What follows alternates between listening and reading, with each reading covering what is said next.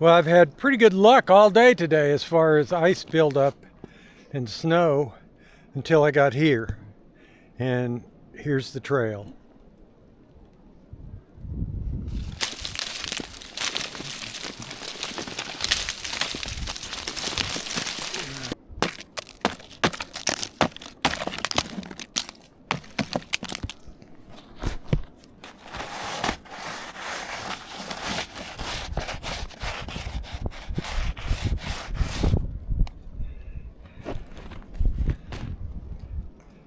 Doc's Knob Shelter, that's what I wanted. This is my home away from home.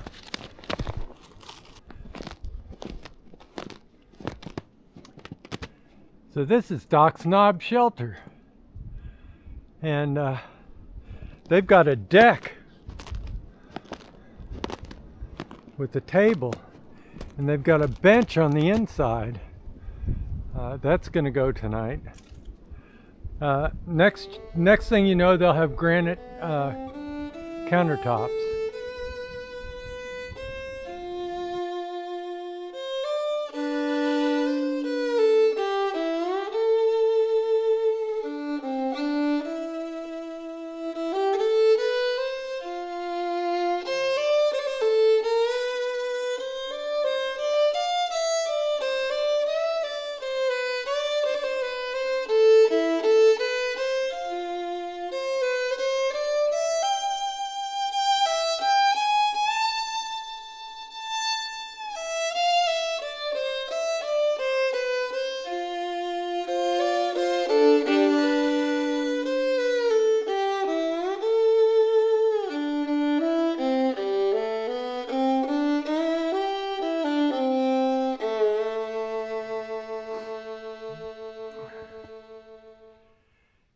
It is almost 7 o'clock. I've been hiking for 2.5 hours, and the subtle beauty of the burgeoning sunrise is incredible. It's 25 degrees right now. I'm kind of post-holing. The snow's not real deep. I want you to know that I don't think these detectives that apprehended Charles, I don't think they're evil men.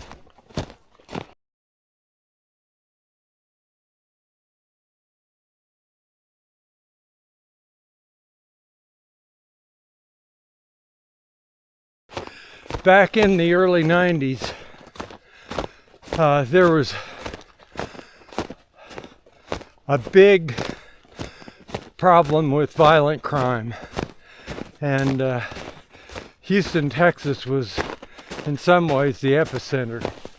I mean, all big cities were, but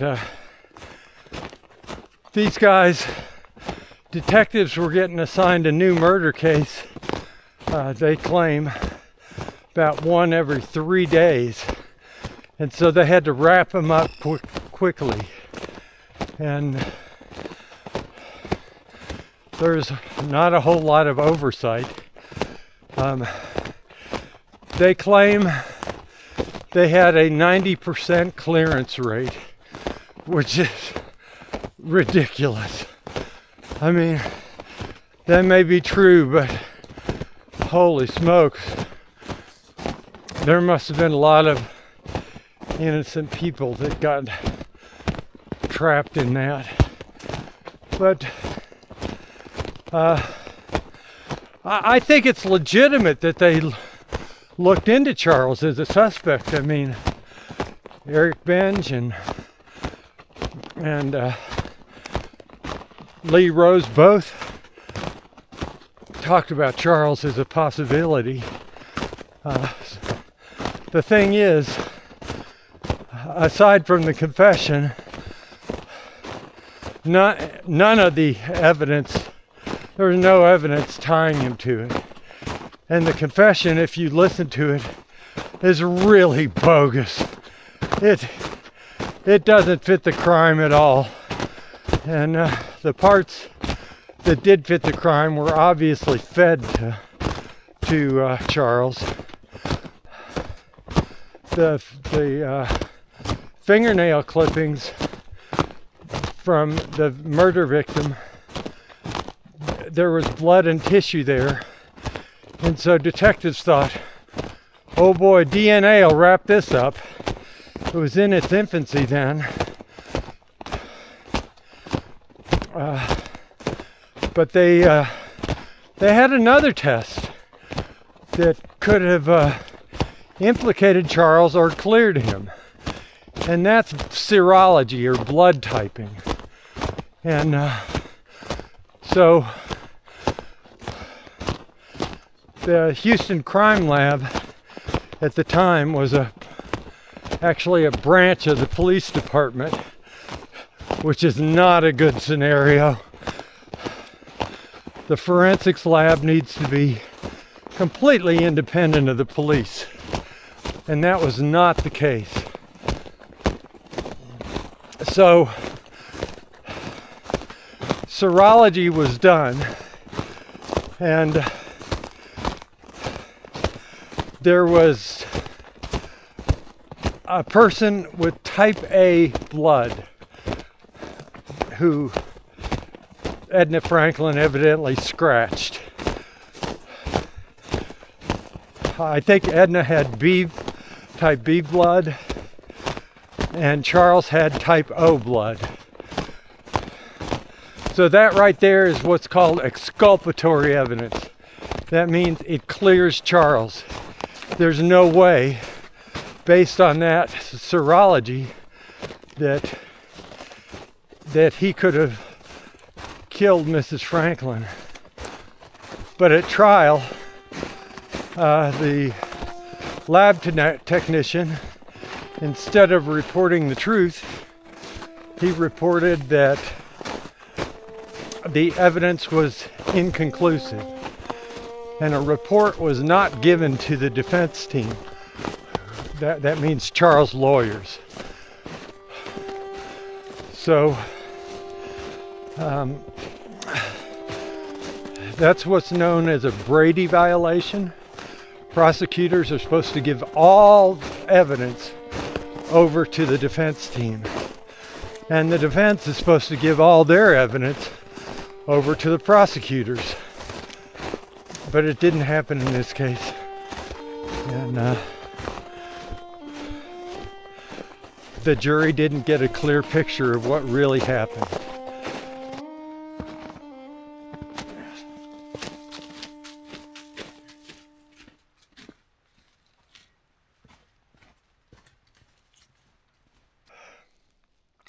Reporting to you from Southwest Virginia in the area of Hurricane Helene, and behind me is some of the damage. They've done a remarkable job cleaning up the trail and opening it up. But this root ball is massive. That thing is about, maybe 10 feet tall, maybe more. And then we'll go around on the other side, and you can see the giant white pine tree that once stood on top of that root ball. And it goes up here for probably, you can walk along with me, 70 or 80 feet. And we had some of the domino effect. It took down a bunch of other trees with it. So lots of devastation.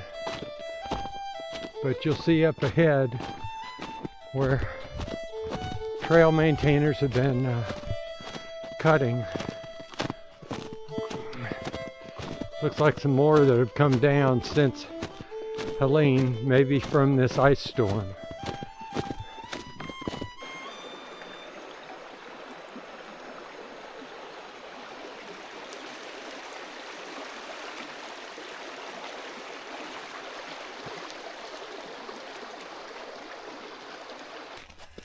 I'm in Bland County, Virginia, and I just had lunch at Trent's Grocery, which is kind of a convenience store. You can get bait and ammo and probably a lot of other stuff there. But I had a great cheeseburger and potato wedges. And now I'm going over this exquisite little bridge. And I kind of have a thing for bridges. That water doesn't look too tasty. But anyhow.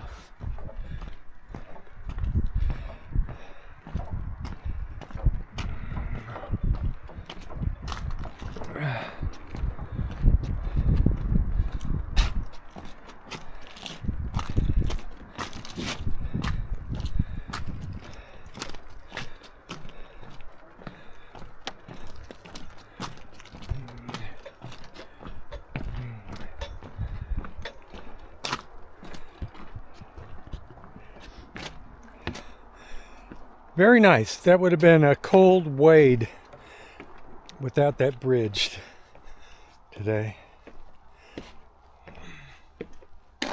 So things have warmed up quite a bit. A lot of the snow has melted, especially on certain faces. I took my micro spikes off for the first time in over 100 miles.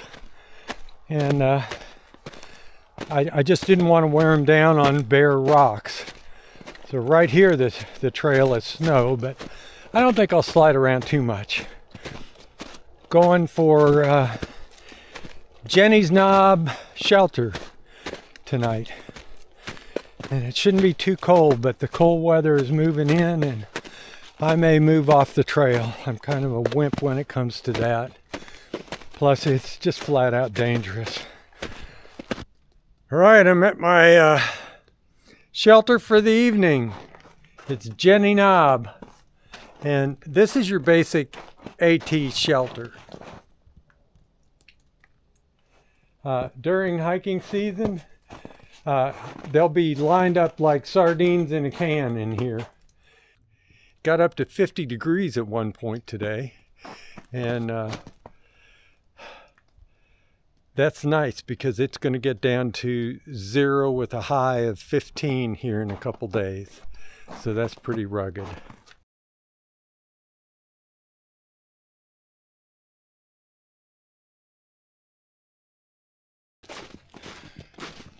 Well, it's an interesting morning. There won't be any beautiful sunrise images. It's been raining. So I've had my umbrella out for the last hour or so, and we got a little pause in the rain. So I thought I'd talk to you again about this false confession business. It's conventional wisdom that nobody in their right mind would admit to committing a crime that they didn't commit. And it sort of makes sense, except for the fact that people do it all the time. It's more common in people who are mentally ill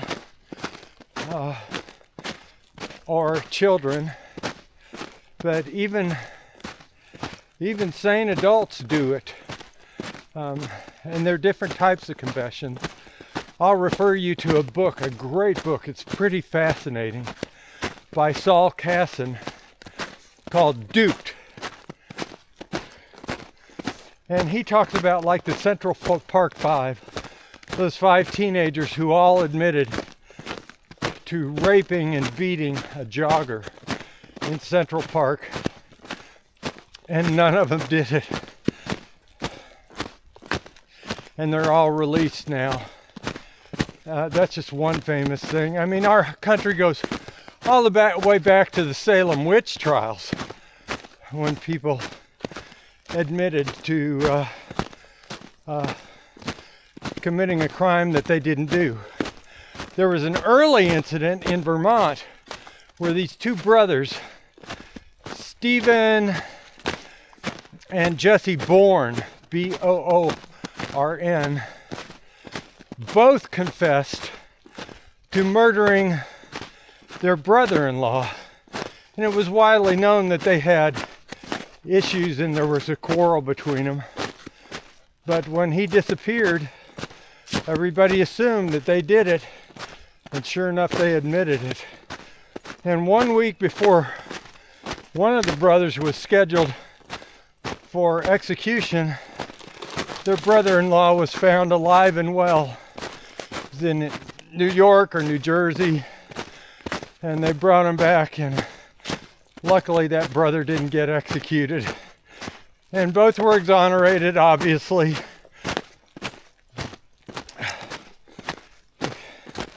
Even in my childhood, there was an incident where my brother and I got a visit from our cousins. My Uncle Paul and Aunt Martha came down from St. Louis. We were living in Texas at the time. And they brought their daughters, Kate and Beth. Well, we played together really well. We had a blast. But at one point, there was a window broken. And the parents came rushing in and saw what had happened. And so their solution was each parent was to take a kid and interrogate them, and they would find out who broke the window. Well, after about 10 minutes, my dad came out and said Fred did it. Then my mom came out and said Dick admitted it. And Uncle Paul brought Kate in and she said she did it. And finally Beth came in with her mother. All four of us admitted that we alone had broken the window. So, kind of humorous, but when it comes to the death penalty, there's nothing funny about it. So, once the police put on their blinders and fixated on and obsessed, they actually used the word obsessed on Charles Raby, their investigation effectively stopped. So within 24 hours of the murder, they had an arrest warrant for Charles. They never even found a murder weapon. And if there was any indication that they'd done a search for it, it doesn't appear in the police record. So that's the sort of thing I'm talking about.